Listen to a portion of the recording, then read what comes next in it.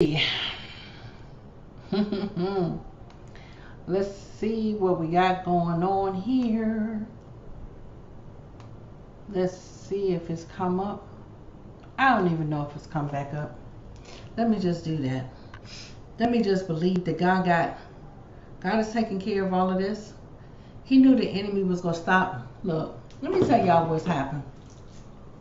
Anybody who's been paying attention to the news knows that there have been storms that have happened here in Houston. And we have had the storms happened on last Thursday afternoon. And here we are Tuesday, and we have people that still are without power. There are people who are still looking for food and water and resources. And so Pastor Des and I we did not lose anything. We didn't lose power. We didn't lose water. We didn't lose nothing. Not the internet, nothing. In all of this time, in all of these 5 days, we have had people who have had to, like I said, their power is still out after 5 days, and they don't know when it's coming back up. But what is it? About 7:30 tonight, the enemy trying to stop the Bible study. There's somebody who needs to know that God has not overlooked you. That even though you look like you have small beginnings, don't stop. You keep pressing. I'm going to tell you who it made me think about while I was sitting here waiting for the internet and everything to come back up. I thought about Tabitha Brown. She said 20 years ago she was driving Uber. Here she is today. Everybody knows who Tabitha is.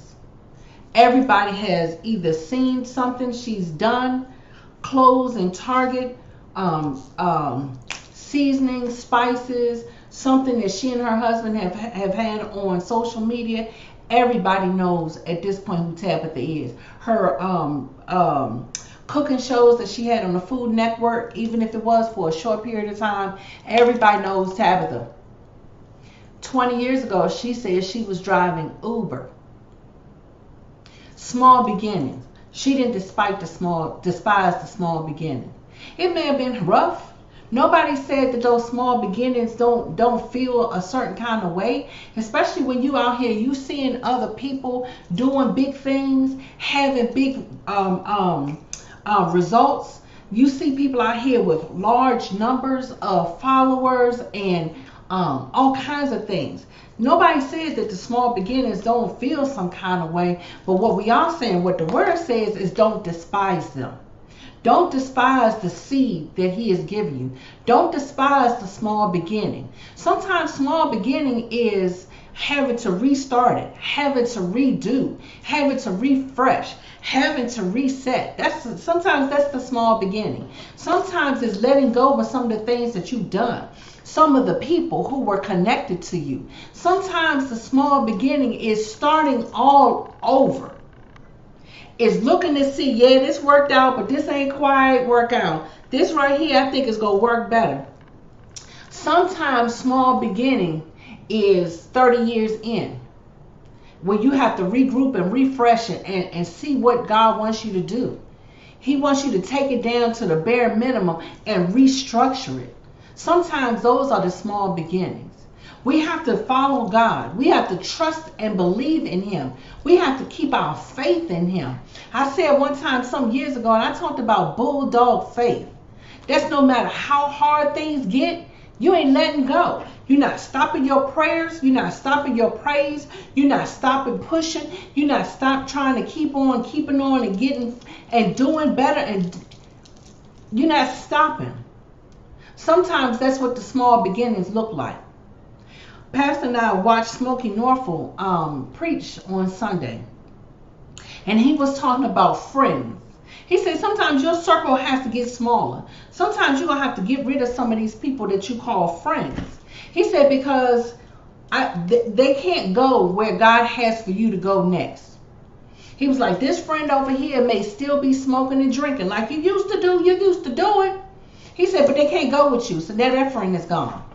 You can't go back to your old neighborhood. He said he went back to his old neighborhood because he was getting his hair cut in the old neighborhood. And one of the guys said, yeah, I heard so-and-so and so-and-so talking about kidnapping you. He was like, oh, are they? Oh, okay. He said, and I'm smiling and I'm laughing and I'm engaged in a conversation. Meantime, I'm calling my people, talking about y'all got to get here. I need y'all here now. He said, I can't go back there. He said, I had to let that go. Sometimes this friend over here may be trying to discourage you. Sometimes getting rid of people, sometimes getting rid of the antiquated ideas and thoughts and the way you do things, sometimes that's your small beginning. But what we got to do is trust and believe God. What we have to do is keep our faith in him. What we have to do is keep our hand in his hand. What we got to do is keep our ear to his lips. What we got to do is make sure that we are believing in him and trusting in him and listening for him. Okay, God, wait a minute. I don't know what you want us to do right now. I don't know what you want me to say, who you want me to bless, how you want me to move. But right now, I'm trusting and I'm believing in you wholeheartedly. Like I told y'all at the beginning of Bible study, I applied for a full-time job. I work part-time right now. So the full-time job is the job that I do part-time. But I didn't get hired for it. But to me, my small beginning was, like I said, in Georgia, I couldn't get a job. I couldn't even buy a job in Georgia. I came to Texas in August, applied in September, interviewed in October, got hired in November. Interviewed and got hired in October and started in November. So the fact that I got as far as I did just with this, small pieces, small beginnings. We're not going to despise the small beginnings. Pastor Des and I right now, even with DLC, we don't know what DLC's gonna look like,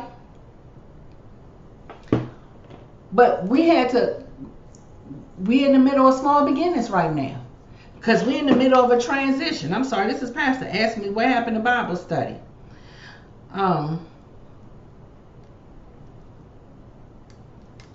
We're not despising our small beginnings. You can't build a house and you have to start it with that one brick. You can't build a house and you don't have the concrete. You don't have the foundation.